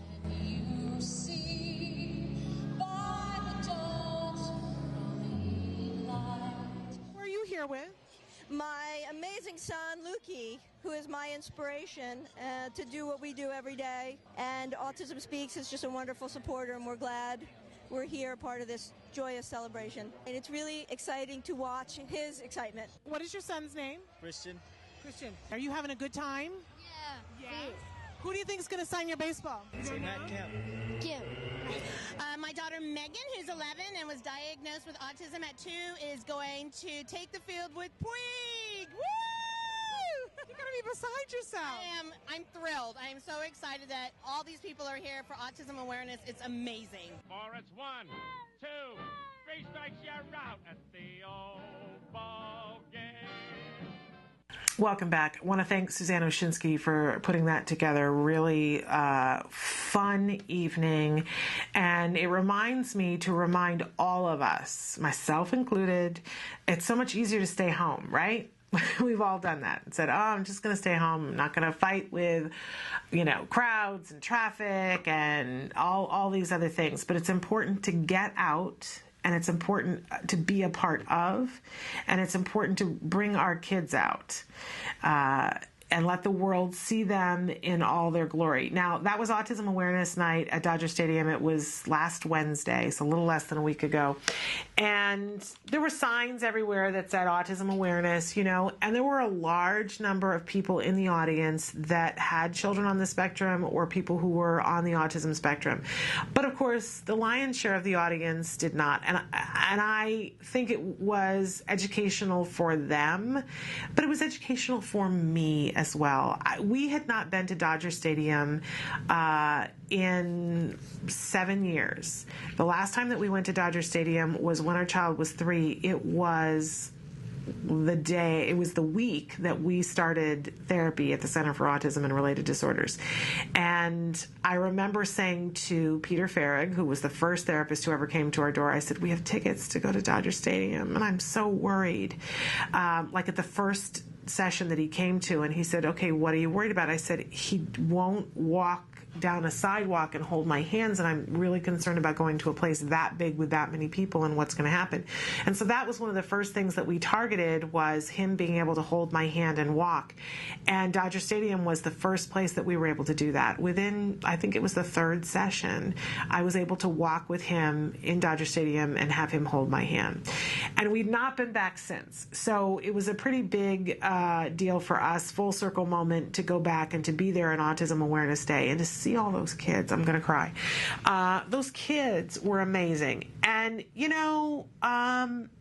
they did awesome. If you could see on the field, they brought the kids out and they had to stand in a line, and Kemp came out and you know, talked to everybody, but he wasn't there for very long, and then the kids had to wait. Then they took them to another holding area. They brought them back out onto the field, and they had to hold their baseball. And each one of the kids had been told, now you're going to run out onto the field. And they told them who they were going to run out on. So when the players ran out, each one of the kids would run out with the player, be out there for a couple of minutes. Then they got to come in and they signed their baseballs. And the different players. It was a lot of waiting, though. I think if we had taken a group of neurotypical kids and put them together, they would have been engaging in a bunch of behaviors too. They would have been in the dirt and playing with dirt and doing, because they're kids, right? And that's a lot of excitement and a lot of lights and a lot of people and a lot of sensory, right? Those kids, I would say to you, did better than I think neurotypical kids would have done. I throw that out at you. And I know you'll appreciate where I'm coming from, because they were awesome. And it really brought home to me, our word for today is reinforcer. It was reinforcing enough for them to stand there and be there. So, that they got it together. It didn't mean that there wasn't some self-stimulatory behavior going on, because there was. My goodness, I was engaging in some self-stimulatory behavior because it was that big of a thing. They weren't, you know, I think anybody walking by the field and looking down would have said, okay, that's a group of kids who've got some stuff going on, right? But they were beautiful. They were absolutely beautiful. And Lukey threw out that first pitch, and oh my goodness, I just get shivers every time I think about it. Okay, so love the Dodgers, love the fact that Autism Speaks made this event, and love the fact that we all went out. And I want to encourage you, go to something. If it isn't a Dodger game for you, take your child to something else. Figure out what will be reinforcing, but be a part of the community when you can. It is life-changing. You will feel better about yourself and your child and the fact that you have a community. It blows the cobwebs out, right? Okay, I promised that we were going to do the question of the day. We're going to do it right now. So our question today was, do you agree with your child's current inclusion status? And a lot of you liked this, and a few of you commented. One person said 100%. We have a fabulous IEP team, and the high school district is amazing. Such a nice change from the elementary. Well, I don't know about you, but I love hearing that when people are on it and they're doing a good job, and that it's at the high school level. Ooh, I like hearing that. Okay, I'd like to hear it at the elementary level too, but you know, we'll take where we are today. Another person who says, our son has attended a Catholic elementary school for the last 3 years, and he is now at the Catholic high school. We could not be more pleased. He is working really hard and doing well. Fabulous. I love hearing that. Another viewer who says, we're still working on setting her up for success. Every week things change as new skills come age appropriate. I think it is all teamwork, teacher, aid, and children in the classes need to be cooperative with our children. Amen. Isn't that just the truth? This is a big step and requires understanding and patience from all. If one thing doesn't work, try something else. You know, I love that. And I love that viewer. When we get in that mindset, I'll tell you what, anything's possible. When we get in that mindset of we're walking down this way, and if we meet an obstacle, we'll find a way over, under, around, through, but we're not stopping. Love it. Another person who says, my child is doing better since he left another school, but his current school, as good as they are still avoiding the I word, inclusion being the I word. You know, the thing about the I word with some educators is that it does set fear in their hearts, because if they don't know how to do it, it might as well be somebody talking to me about changing the spark plugs in a Maserati. I'd go, oh, I'm not doing that. I don't know how to do that. Right? What is unknown to us is fearful. And I would say to you, if, and it might be that they're just avoiding it with your child, Or it might be that they're avoiding it with all children. I would find out what the difference is. Are there kids who are being included, and is there somebody on that campus that's doing it well? Be an investigative reporter.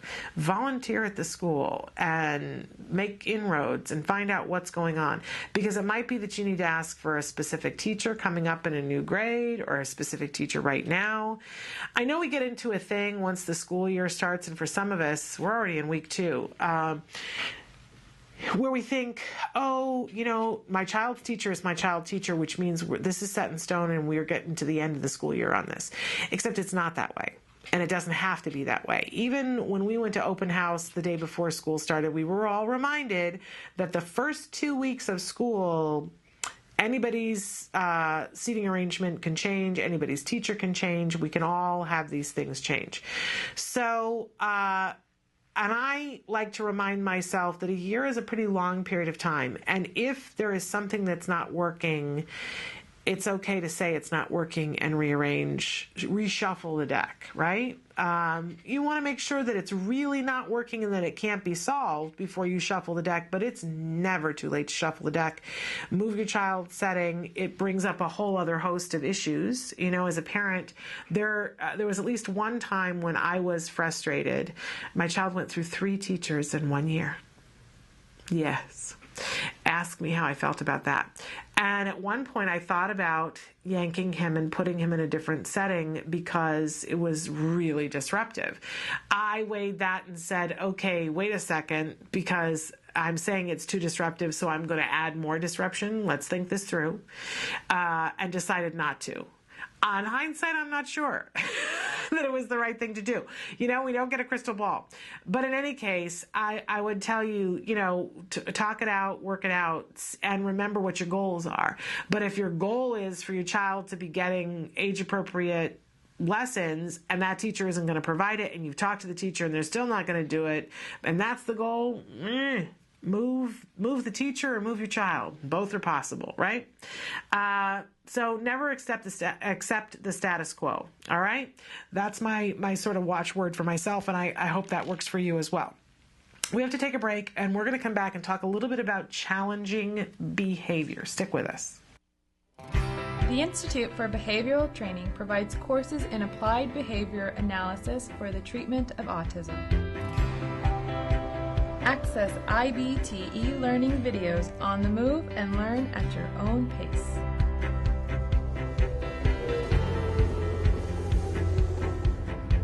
I'm going to talk a little bit about intensity. IBT e-learning makes any location your classroom on the go. So our objectives for today are to really learn what is autism and how is it diagnosed. Get professional guidance with IBT face-to-face training.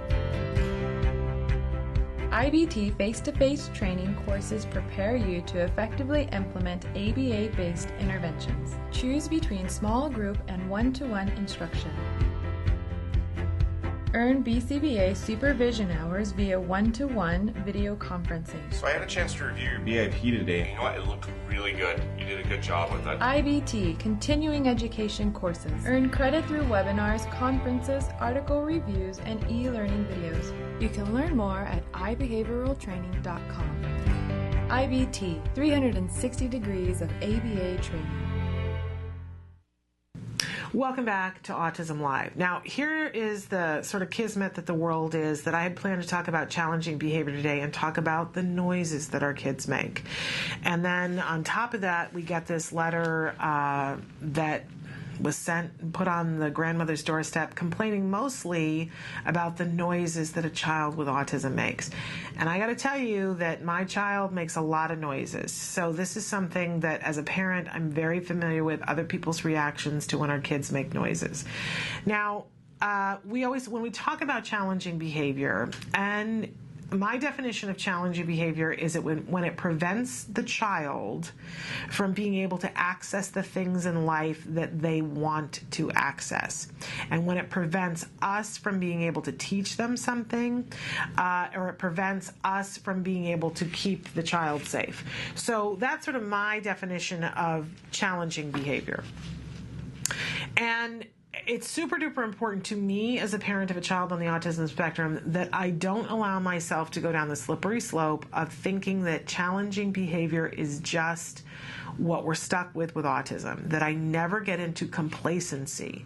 I want to be in acceptance. I don't want to be in contentment. The difference between the two, when I'm accepting, okay, this is part of an autism diagnosis, if I accept it, I let go of any guilt or I let go of a huge amount of the frustration of it and go, okay, it is what it is. But I don't want to be in contentment and say, okay, since I accept it, then I just get to sit back and don't do anything about it. But I want to be 100% clear in talking about this, that our kids engage in these challenging behaviors for a reason. So if your child is making a lot of noises, if this pissed off mother said in her letter that this child is wailing, that child is wailing for a reason. There is a reason for the wailing. Now, there are times when we are not going to want our children to wail, and that it's going to get between them and the things that they want to do, and between us and the things that we want to teach them. So we do want to work on being able to put limits on that wailing. But in doing so, we want to give them a safe place in which they can wail, and a safe way in which they can get the need that is being met by the wailing met, which means that when they're home maybe, or when they're at grandma's house, that we let them some of the time. If we never want to take away a behavior that is serving a purpose without giving a replacement behavior that gives the same, that fulfills the same need. That's cruel. That's inappropriate. That's mean. And we're not going to do it just to please somebody who thinks they're entitled to a quiet day. So I just want to be clear about that. Now, but we can work on this with a child so that they're not wailing in circumstances that will prevent them from learning. So a child that does nothing but wail in a classroom, it's going to prevent them from learning, and it's going to prevent the other children from learning. And eventually, if it can't be contained to some degree, you know, if they're just doing it from time to time, we're going to buy some acceptance about that and go, okay, you know, this happens from time to time, but if it's happening every day, it will prevent the child from learning, prevents the other children from learning, and it's going to change the setting that the child can be in. So we do want to try to work on those things. Key is trying to figure out what need is being met by the wailing.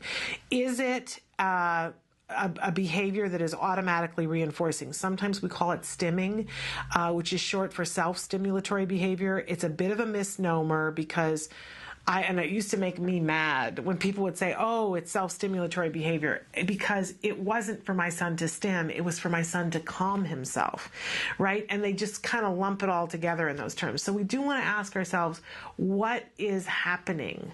Does it just feel good?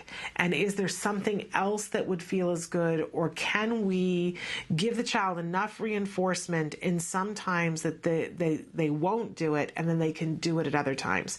Temple Grandin has been on the show several times and talked about the plate on her bed, the metal plate that she loved to spin, and why she loved to spin it. And it prevented her from doing other things. She became obsessed with it. She wanted to do that. And her mom said, you can do that for 1 hour a day. Go up to your bedroom, spin the plate, make yourself happy, spin it for an hour. And Temple loved that. And Temple was at a place where she understood, and her mother made the consequences clear, that the only way you get that hour of doing that is if you don't do it at the other times of the day. Now, for very small children, or children who don't have a lot of receptive language and don't understand rules, we have to back that up a little bit. We have to teach rules, and we have to teach consequences, and we have to ingrain in them that if you do what I ask you to do, you're going to get these rewards, right? And I'm going to take care of you, and everything is going to be okay, before we're going to take on a challenging behavior like that and try to change what they're doing to calm themselves down. So it takes time, and it takes patience, and more often than not, it takes working with a team of people, because none of us has that level of patience on a regular basis. I don't know, maybe Mother Teresa did, but I don't. And if you don't, welcome. We're here together. And you need to sort of tag team. You need to have a therapist go in and teach it and keep the consequences succinct so that you come in and that you can uphold it, right? So important that you uphold it, and that, you know, your significant other can come in and uphold it so that you get another break. And then when they're about to teeter and let go of the consequences, that you come in. It requires a team. It does. So don't think that you can do it on your own, and don't be afraid to ask for a team. Whether it's you have insurance reform, if you don't, get some help and support. We can't just think that we can wave a magic wand and that these kids won't engage in these challenging behaviors. They're there for a reason. And the making noises is there for a very big reason. And it's different things with different kids. You know, for some kids, it is to stimulate themselves because they're bored. And other kids, it's to soothe themselves because they're feeling anxious. And they, you know, even just talking about it, and I make the rocking motion because sometimes that's the thing that our kids do, is rock to soothe. I think it's interesting as a parent, whatever it is that your child is doing, the self-stimulatory behavior, try it on and see for yourself what it does. I saw my son flapping and thought, what in the heck is that? And then once when I was anxious, I tried it and I went, you know, that is very calming. For me, I don't know for everybody, but it's very calming. Try making the noises and see what kind of reaction you have to it. It might be helpful. It won't be the be all end all, but it might be helpful at helping to know the beginnings of why your child is doing that. And we have to start there before we have to responsibly give a replacement behavior. We have to fulfill that need, or we won't have success, and we will make the anxiety ratchet up on the child and potentially cause some harm, which we would never want to do. All right, we're going to take a break and come back for the end of the show. Stick with us. The Institute for Behavioral Training provides programs to educate students, parents, and professionals proven techniques using applied behavior analysis. Access online video lessons with IBT eLearning. Get one-on-one personalized instruction with IBT face-to-face training. Acquire professional guidance with IBT BCBA supervision. Develop professional growth with IBT continuing education courses. Get access to IBT services today. IBT, 360 degrees of ABA training. Welcome back. You guys have written in a lot of questions, most of which I'm also going to share with Dr. Doreen Granpeche tomorrow. And by the way, if you have a question for Dr. Granpeche and you haven't already sent it in, now is a great time because I compile that list on Tuesday nights for Wednesday morning. Okay. I started talking a little bit yesterday about the parent who wants to know if I'm going to, with a very young child who's between the ages of 3 and 4, if I'm going to start ABA, do I still need to do the IEP process? And I was very rushed at the end of yesterday's show, so I just want to revisit that slightly and clarify that once in the state of California, and I don't know if it's this way in all states, but in most states in the union, it is this way. Once your child turns the age of 3, there is a legal and financial responsibility from the school that they have to take part in helping to support your child's educational goals. That's what I want to say. I had to think it through for a second. So in California, we have regional centers, and regional centers are responsible for anything that comes before the age of 3 financially. And then after the age of 3, they're responsible for adaptive goals. But at the age of 3, there is a huge transition where they are no longer responsible, the regional center, for anything that's deemed educational. So in the state of California, if you have a 2-year-old that requires speech and occupational therapy for whatever reason, and then they reach the age of 3, the regional center is no longer responsible for paying for their occupational therapy, and they are no longer, unless the occupational therapy is for adaptive goals, things that are in the home. And of course, the case can be made for that maybe your child is not able to zip and unzip their pants, which is going to make it hard for them to be potty trained, right? So then the regional center might very well pay for occupational therapy. And same thing with speech. Only as it relates to stuff that happens outside of educational goals, that's when the regional center will pay for it. And this new thing that happens when they're 3 is that the school is responsible for educational goals. And the fight goes back and forth between these two things, but then you factor in insurance, right? And now insurance will pay for some of these things as well. It's new that insurance pays for some of these things, so it's all a little dicey, and it's very easy as a parent to get caught in the middle and have the regional center say to you, oh, well, the school should be paying for that. And then the school saying to you, oh, well, insurance should be paying for that. And then for the insurance company to find some excuse why they should not be paying for it, right? I think it's really important as parents that we figure out. I would say to you, especially when your child is younger, don't figure out how to fix the system. Let those of us who have kids that are older and people that are working on the legislative side of things, who have a little bit more time, try to fix the system for you. Fix what you have to fix to get what you need and work the system the way that it is, and ask other parents about how you do that in your specific area. But one of the things I can tell you is that everybody will offer you something. Don't be a beggar at the table and just automatically say, okay, right? But don't turn your nose up at things that people offer to cut off your nose to spite your face, right?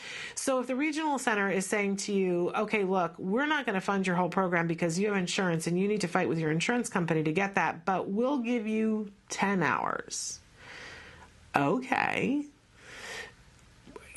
Put that in your hip pocket and then go to the school district and say to them, regional center is going to pay for 10 hours, but they've made it abundantly clear to us that you have to pay for X, Y, and Z, whatever that is. You'll see that the school district is really, most school districts will offer up OT and sometimes AP, adaptive physical education, but usually speech, they will offer up to everyone. Make sure you're getting an appropriate amount for your child, but they'll offer up at least that. Then, if your child is before the age of school, you want to be setting yourself up to go to preschool or pre-K or whatever it is, in the best possible way. Talk to your ABA provider about whether that's now or a year from now or 2 years from now, right? Different things for different kids are going to be appropriate. But don't automatically dismiss the school and say, I'm not going to deal with them because I have to go fight with the insurance company. You got to meter out who you're going to argue with and what you're going to argue with. And there are things that the school district will more than likely just give you. So do go to that IEP meeting, do schedule it. Make sure you take a tape recorder, right? Even when you go, oh, it's not that big of a deal, I'm just going to get speech and OT, take the tape recorder. And it's possible that the school will offer you something else. They're also going to want to get a bead from you about what it is you want them to offer. And maybe it's the meeting where you go and say, hey, this year, we're planning on staying at home and doing 40 hours of ABA, part of which is being paid by the regional center and the rest of it's being paid by our insurance company. And next year, it's our intention that we want to be fully included preschool. And just, put that out there and say, what can you tell me about what are the preschools that you have where full inclusion is a possibility, right? Get a feel for what's happening. It's an opportunity to be at that IEP meeting and very nicely let everybody know what page you're on. And then, of course, with the insurance company, you want to make sure, include your ABA provider in that discussion. Don't try to go in there on your own. That's a neighborhood you don't want to be without help and support. So I hope that clarifies it a little bit more than what I said at the end of the show, because I just sort of said, make sure you go to that IEP meeting. That's why it's important. The school district is going to be involved with your child on some level at some point. So make those inroads, and it is their expectation that they will need to start doing an IEP when your child is 3, and that then there will be some sort of IEP meeting probably every year, but that there'll be a big opportunity for them to test your child every 3 years. They call it the triannual IEP. Also make sure if you're about to start with an ABA provider and your school district they will want to test your child. They'll want to put them through a battery of tests. Check with your ABA provider or the person that you're going to get a full diagnosis for your child and ask them what tests they're doing, because there are tests you cannot repeat within a given year. And if it is repeated, it invalidates both results. So if one person is going to give your child this and so test, you don't want the other person to. And ask your ABA provider, because it might be that they are very particular and they want to do a test, and say to them, no, save that test for us. Ask the school if they can do this. There's the WIPSI and the NIPSI and the crazy amount of names for things. But just, kind of let people know. Okay. Had another person who wrote in about redirecting lining up. I'm just checking the time here. Let's take a break, and then we'll come back and we'll talk about how we can redirect lining up.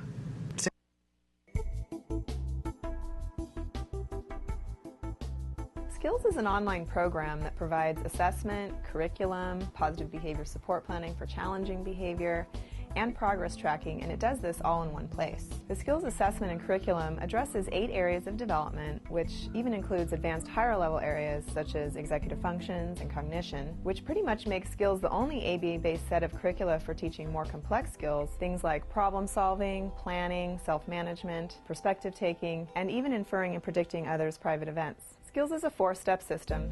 Step 1 is to add the child to your account. Step 2 is to start assessment. The skills assessment is the only ABA-based assessment with psychometric research demonstrating the language subscale to have excellent reliability. Every area of human functioning and typical child development from infancy to adolescence was researched, making the skills assessment the most comprehensive of its kind in the world, and we're quite proud of that. Skills is easy to use. Simply click Start Assessment and begin answering questions. Or simply type in a keyword, find specific activities to assess, and add activities to treatment. Step 3. Choose activities. Once you've completed the assessment, Skills selects from a pool of 4,000 activities categorized by age, level, and skill type to provide you with exactly those activities each child needs. Start by choosing a curriculum, then a lesson, and finally an activity. Click the information icon to view prerequisites, ages in which targets develop, examples, and IEP goals. Click the video icon to watch a short video. Once you've identified an activity you want to teach, adding activities to treatment is a snap. Step 4. Start treatment. Here you can access customizable activity lesson details, add your own customized targets and exemplars, and edit an activity status such as introducing or mastering it. You can even print handouts such as worksheets, tracking forms, visual aids, and other materials. Skills also offers multiple progress charts mapping curriculum progress, lesson progress, and cumulative number of activities and targets mastered over time. The Skills language curriculum is categorized by verbal behavior type so that users can identify progress for verbal operants, such as echoics, mans, tax, and interverbals. Skills is one of the only programs that provides the ability to write behavior intervention plans, or BIPs, for challenging behavior. With just a few clicks, the outline of the behavior intervention plan is written for you and ready to be printed and implemented. You can learn more about Skills today and get started by visiting us at www.skillsforautism.com, or you can call us at 877-975-4559. Skills. Progress starts here.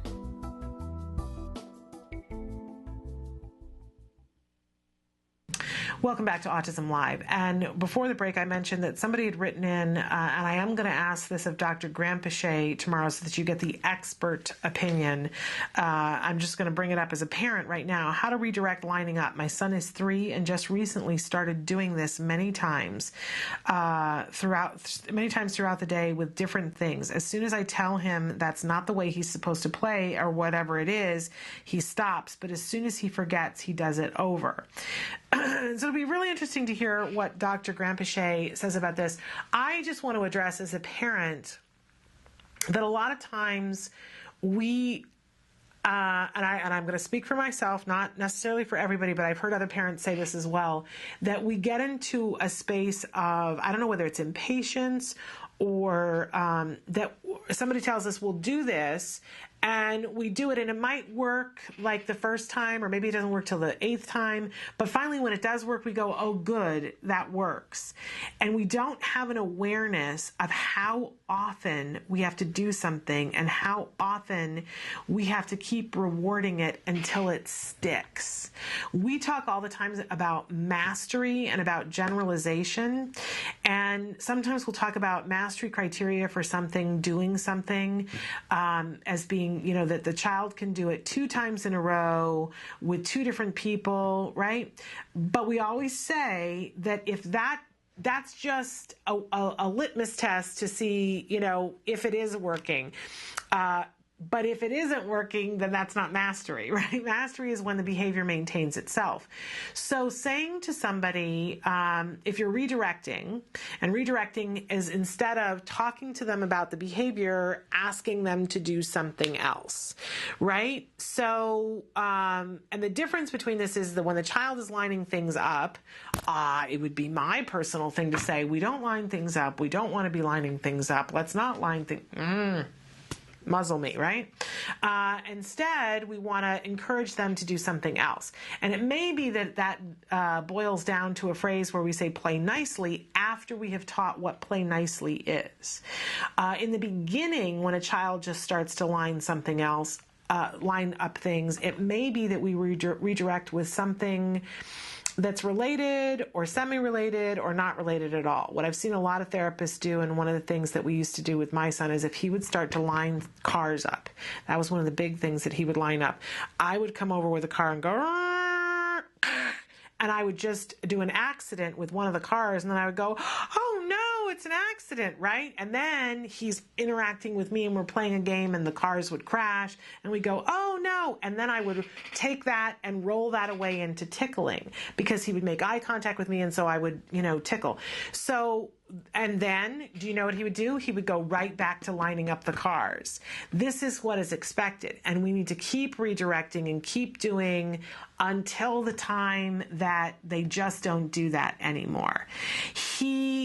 My son, I'm not saying yours, but my son didn't have enough play skills to have another way of playing. So sometimes it would be the conflict of a car crashing, or sometimes I would just pull my car up and say, hey, you want to go for a race? And then we would, race and do something else. So in that moment, what we were talking about before, the challenging behavior of replacing it with something else, our kids don't know how else to play. This feels good to line up my toys.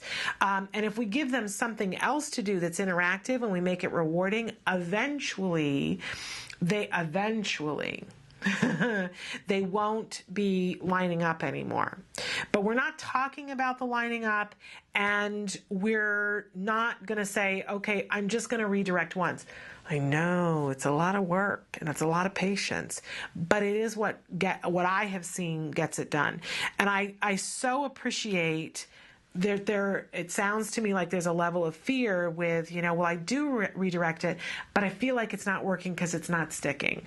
But that's that thing that Dr. Tarbox talks about how many opportunities it takes. It's a lot. It's absolutely a lot. And remember, we're still teaching those other things, because if they don't have another way to play, wouldn't you go back to doing the same thing? Absolutely. So when you're redirecting, hopefully you're also redirecting them to something that's another way of playing. I'm trying to think there, of a specific example, because there were so many times when my child was growing up that we would introduce a toy and he had no idea what to do with that toy. And, he just, I remember there was a play phone at one point that we put there, and he looked at it and he was like, well, that's a lovely piece of furniture, right? And, then I picked up the phone and I went, hello? Oh my goodness, it's Mickey Mouse. Do you want to talk to Mickey Mouse? And so he came over and he was like, okay, it's, she's reacting to somebody, but he didn't know to interact with it and that people are going to laugh, and then I can push the buttons and I can hang it up. He had to be shown all of that. There wasn't the imagination with objects that were toys the way I have seen in other children, in my particular child. Now, if I had put a nut, a bolt, and a screwdriver and a wrench on the floor, my child would have been figuring out all the different ways that he could put those things together. So it wasn't that there wasn't a level of curiosity and imagination at all. It just didn't extend to primary color plastic things. You know what I'm saying? So, super key and important that we make sure that we're teaching examples of how, and so many times I've heard myself and other parents say, well, you know, they're not imaginative. Sometimes we have to prime that pump. And show them the different ways that you can play with a car, that you can do with it, and whatever it is that they're lining up. I don't know why I'm assuming cars, because that's what my child lined up. But the child who lines up the teddy bears, because what else do you do with a teddy bear? Well, let me think about it. Okay, I can pretend that a teddy bear is a baby, right? And I can feed the baby. Oh, the baby needs the diaper changed, right? But after that, you know, how many other things can you do with a teddy bear? Well, if I had to sit down and think about it for half an hour, I'm sure I could come up with a bunch of different things. But why are we expecting our kids to be that inventive out the gate when they have no reference points, when it would take us a minute, right? So teaching those other skills and being patient and redirecting a lot, it's exhausting. It's absolutely exhausting. That's why you need a team. You need a tag team to get in there and take the place so that you can go out in the kitchen and put your head in your hands and go, every once in a while. But you will get there. There will be a day when your child has too many other things to do that are more reinforcing to line things up. It will happen if you keep on it. But again, we will ask Dr. Grandpichet that as well tomorrow. We are going to take a break, and we will come back now to finish out the show. Stick with us. Dr. Doreen Grandpichet is Dr. Doreen is an expert in autism. Doreen Grandpichet. Dr. Grandpichet. Dr. Doreen Grandpichet. Dr. Doreen Grandpichet is a visionary in the field of autism, and now you get to ask her questions every Wednesday at 10 a.m. on Ask Dr. Doreen.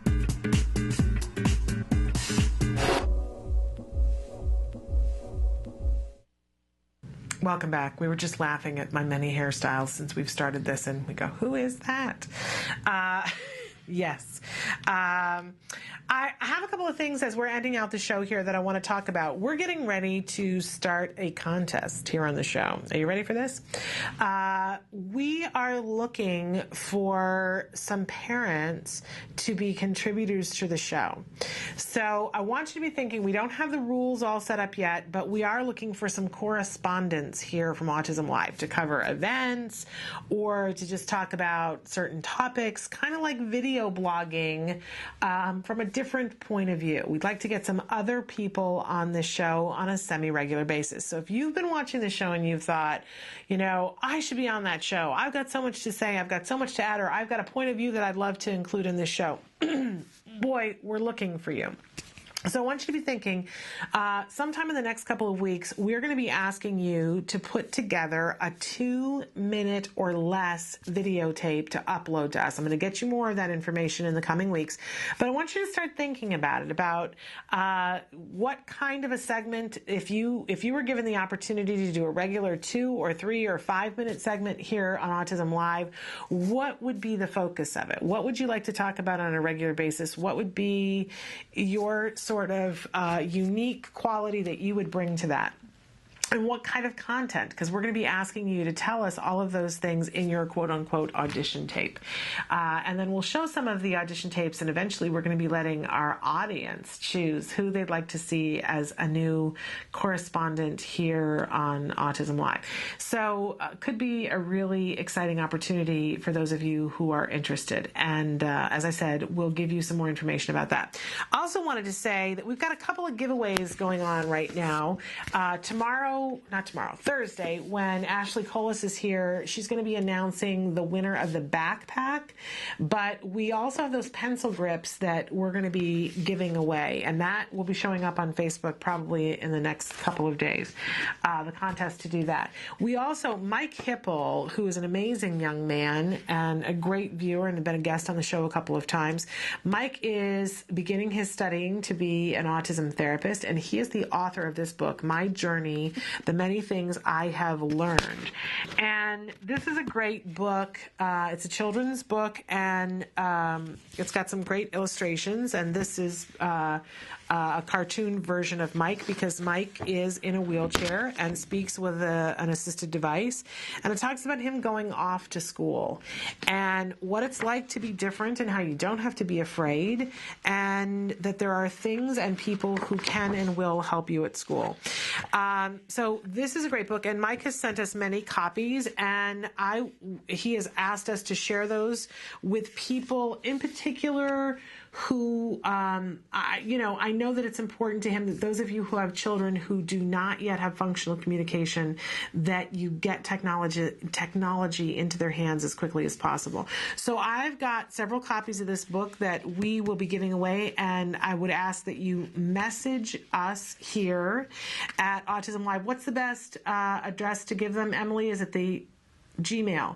So that is autismlive@gmail.com, and tell us that you would like a copy of Mike Hippel's book. You'll need to give us your mailing address, your name and mailing address, and we will pop that into the mail for you. And thank you to Mike for giving us those books. They're really quite lovely.